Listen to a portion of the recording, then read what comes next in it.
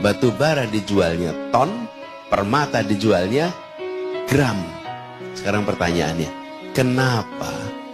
kenapa beda sekali? Padahal materialnya sama, unsur pembentuknya sama, dari dalam tanah di tempat yang sama. Yang satu jadi permata, yang satu jadi batu bara.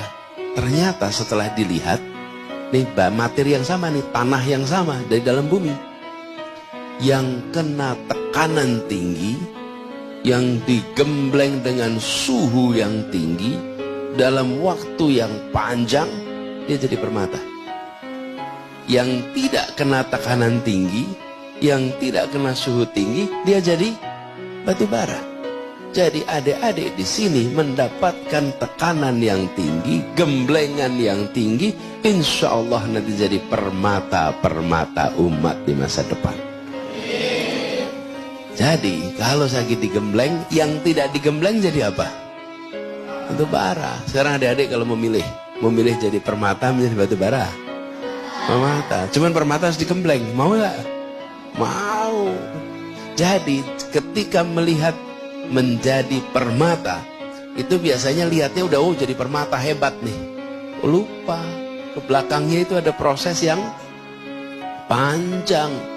Setiap hari mengerjakan ini terus, gemblengnya terus. Nah, itu di bidang apapun, jangan harap instan. Yang instan itu adanya mie instan. Tidak ada permata yang instan. Betul ya? Jadi adik-adik semua, ini saya ingin sampaikan kepada adik-adik sebagai sebuah hikmah. Adik-adik sedang berada di sini, belajar, di sini mengaji jauh dari orang tua. Betul kan?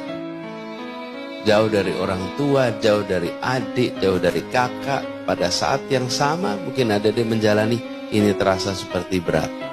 Insya Allah tidak berat. Dan siapkan bahwa ini bagian dari pembelajaran. Mudah-mudahan nanti adik-adik menjadi permata bagi umat nantinya. Insya Allah. Jangan ambil yang ringan. Kalau adik-adik mau mendapatkan sebuah keberhasilan, harus bersiap untuk jalan yang mendaki. Saya sering bilang ini Ustaz sama anak-anak. Kita ini dalam perjalanan tidak tahu jalan kita ini kemana. Jadi saya ingat zaman dulu suka naik gunung, Ustaz. SMA, kuliah. Itu kalau kita pendakian, berangkatnya habis maghrib, habis isya, terus baru mulai naik ke atas. Supaya sampai di puncak sekitar subuh. Itu kalau sudah jalan, gelap, nggak bisa lihat. Terus bagaimana menentukan jalan naik ke atas atau bukan? Waktu sampai ke puncak atau tidak? Gampang. Kalau jalan yang kita lewati rata, terus ini tidak ke puncak. Kalau jalan yang kita lewati menurun, ini pasti tidak ke puncak. Tapi kalau kita lewati walaupun gelap tapi naik, ini pasti ke puncak. Pasti ke puncak. Jalani aja, pilih jalan yang mendaki sampai ke puncak. Tapi kalau pilih jalannya yang rata, tidak kemana-mana. Nah, jalan yang nyaman itu jalannya rata dan menurun. Jalan yang mendaki itu pasti berat. Tapi itu akan mengantarkan kepada puncak-puncak baru dalam perjalanan hidup adik-adik semua. Insya Allah itu aja pesan buat adik-adik semua. Mudah-mudahan yang sederhana ini bisa memberikan manfaat. Sekali lagi Ustaz Somad, terima kasih atas kesempatan untuk bisa bersilaturahmi bersama semua di sini. Semoga ini membawa keberkahan bagi kita semua. Demikian dari kami, kurang lebih mohon dimaafkan. Wallahu muwaffiq ila aqwamit thoriq. Nasrullah wa fathun qarib. Assalamualaikum warahmatullahi wabarakatuh.